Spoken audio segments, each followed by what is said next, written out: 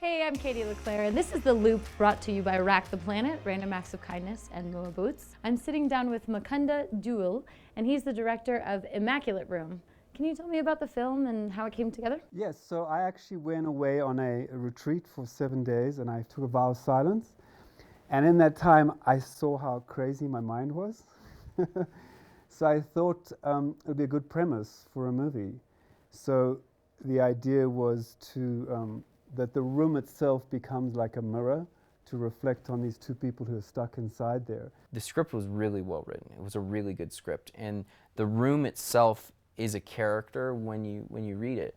So when Kate and I were first talking about doing it together, we were like, it's going to be really low budget though, so I don't know, are they going to nail this room? And we were having questions on whether or not the room, even though it's like a white room, it's like, how hard could it be, guys? But when we walked on the set, Kate and I looked at each other and we were like, wow.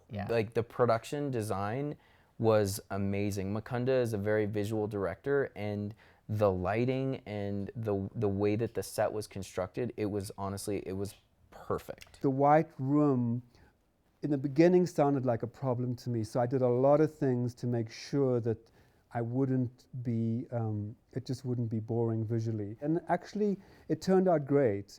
Because the performances are so compelling and the stories like you really like in there, it's not a problem, that white room, like I thought it was. Because in the beginning I was like, we can't do this. We have to, you know, how do you shoot in a white room? But if you see it, I actually think it looks beautiful.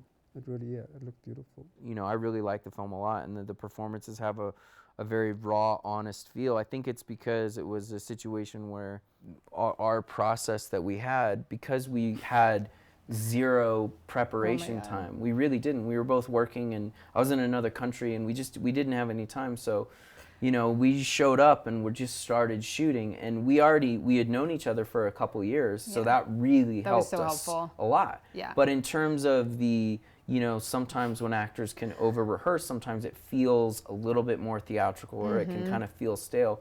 We had just enough time to like absorb our dialogue, and then we were really just working off our instincts so much. I don't think I've done a job ever where I was going with another actor off of our instincts as much as I did here. For me, it's such a pleasure to be able to just have such a kind of natural rhythm with someone, and knowing someone so well and knowing how to like kind of poke or provoke or like kind of bring them to the edge that makes something interesting. You know, Kate and I, we really rode our emotions. And Mukunda, the director, was very specific about this. He said, you don't have to necessarily follow the quote-unquote beats in the script, where this character cries in this scene or this character yells in this scene. So there's actually a lot of things that I think surprised both of us that happen within scenes where we didn't even necessarily expect this to be that scene. It's so true. It was just a ride. Like, you really had to just... And it was interesting to remember how like Mukunda had the cameras all on like these wheels. Yeah. So he could like almost like skate them around the rooms. And so we would like go grab something in one space of the room, and then we'd like sort of like wheel over to another space. So it was kind of nice, because sometimes the process of filmmaking can feel like so start-stop and so much wait time. And so sometimes it's hard to get into a flow, but I don't know, I just felt like this one was like, we jumped off the cliff and we're just like, yeah, we were just riding the wave. Free falling. I mean, I definitely think for me, you know, from a performance perspective, it's probably the most fun I've had doing something as an actor in a long time, you know. Mukunda, who wrote this role for me, this role of Kate. It was actually so fun to play Kate. I've never played a Kate, but it was cool to kind of have already something that was like built in, you know what I mean? So Was that for you, or that just was coincidence? It came to me as Kate. Mukunda, was it written for me? No, yes, it was. It wasn't, yes, it was written for me. The only person I thought of. Oh my gosh, no, it's, Mukunda is so talented, and another person who like, it's impossible for him to watch a dishonest beat or to play a dishonest beat, and he's both such a visionary filmmaker, but also such an actor's director, which of course is, you know, my favorite director to be in the hands of. Even with Kate and Emile, who I thought on paper were really good, I still didn't know how they were going to do, you know, how it was going to go.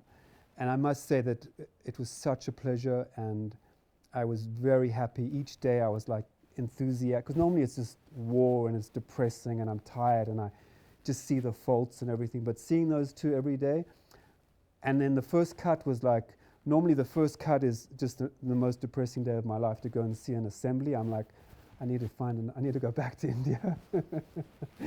But with them, they did great. We had such a good experience working together on Force of Nature that we were both really excited to do it, and we knew we were the right fit for that kind of thing, where it's two people in a room for this really intense shoot. And it's a big undertaking as an actor to do a film like that, because it's literally just you and another actor, and one other actor as well, Ashley Greene. The foundation of our friendship, I think, really helped with like the history of these characters, and yeah, I mean, it's such a like deep unraveling for both of these characters that, you know, there's like a lot of vulnerability with that. There's a lot of trust. There's a lot of laughter, and so it was just like such a great experience to go through with him. This has been One Katie and a Kate, and this is The Loop. That was very good.